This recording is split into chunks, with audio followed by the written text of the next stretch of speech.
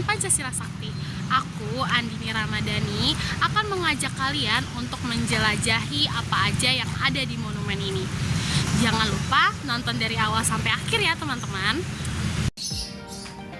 Sebelum menjelajahi lebih dalam ke Monumen Pancasila Sakti, aku akan membeli tiket masuknya terlebih dahulu.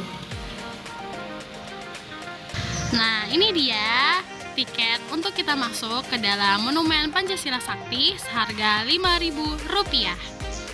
Oke teman-teman, setelah kita berjalan beberapa meter dari tempat pembelian karcis, kita sudah sampai di depan papan selamat datang di Monumen Pancasila Sakti. Nah, setelah ini kita akan berjalan kembali untuk menuju beberapa spot-spot yang ada di dalam dan kita akan menjelajahinya satu persatu.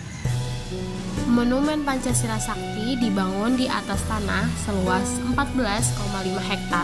Monumen ini dibangun dengan tujuan mengingat perjuangan para pahlawan revolusi yang berjuang mempertahankan ideologi negara Republik Indonesia yaitu Pancasila dari ancaman ideologi komunis.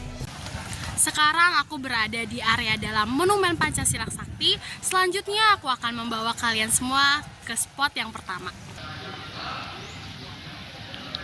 Spot yang pertama adalah Sumur Maut.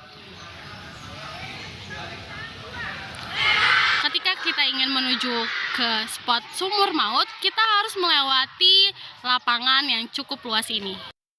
Sumur Maut adalah salah satu bagian paling ikonik dari tragedi 30 SPKI di Indonesia. Sumur ini digunakan oleh pemberontak G30 SPKI untuk mengubur 7 pahlawan revolusi. Sumur ini memiliki diameter 75 cm dengan kedalaman 12 meter. Spot yang kedua adalah 7 patung pahlawan revolusi. Patung para pahlawan revolusi berdiri dengan latar belakang sebuah dinding setinggi 17 meter dengan hiasan patung Garuda Pancasila.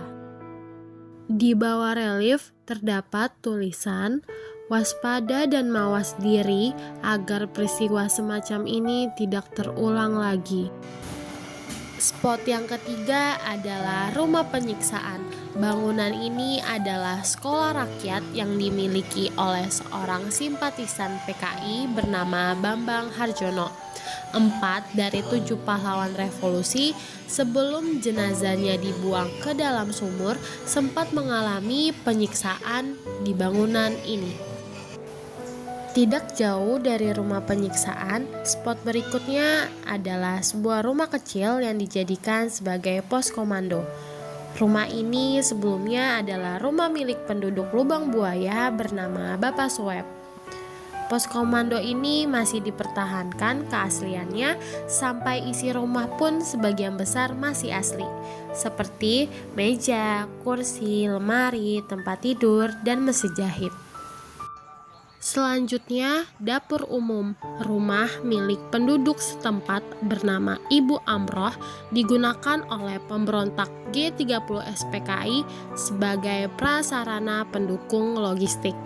Rumah ini juga dipertahankan keasliannya mulai dari bentuk dan isi rumahnya sampai beberapa perabotan yang ada di dalamnya.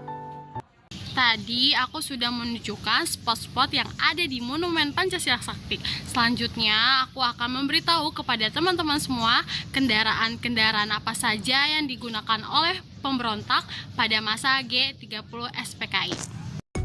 Kendaraan yang pertama adalah Dodge 500 yang digunakan oleh pemberontak G30 SPKI untuk membawa jenazah Majen TNI Anumerta DI Panjaitan dari kediamannya menuju ke desa Lubang Buaya.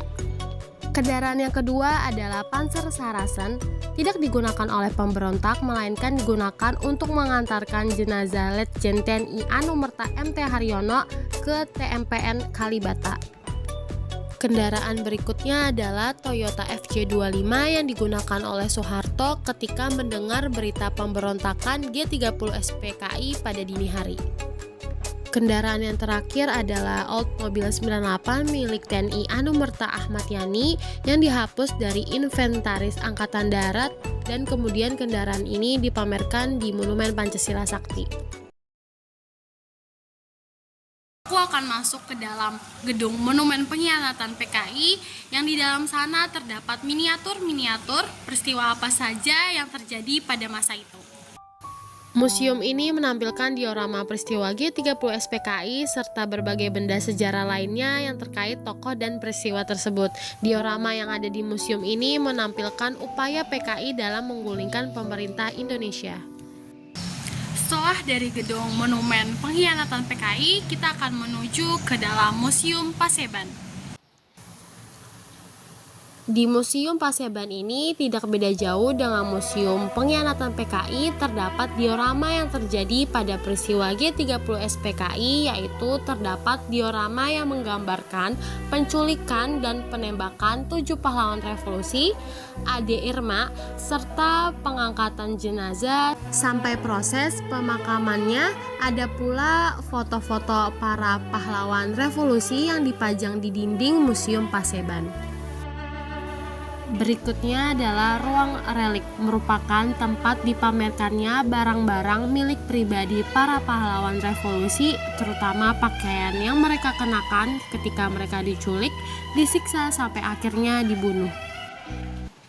Itu dia video aku menjelajah Monumen Pancasila Sakti.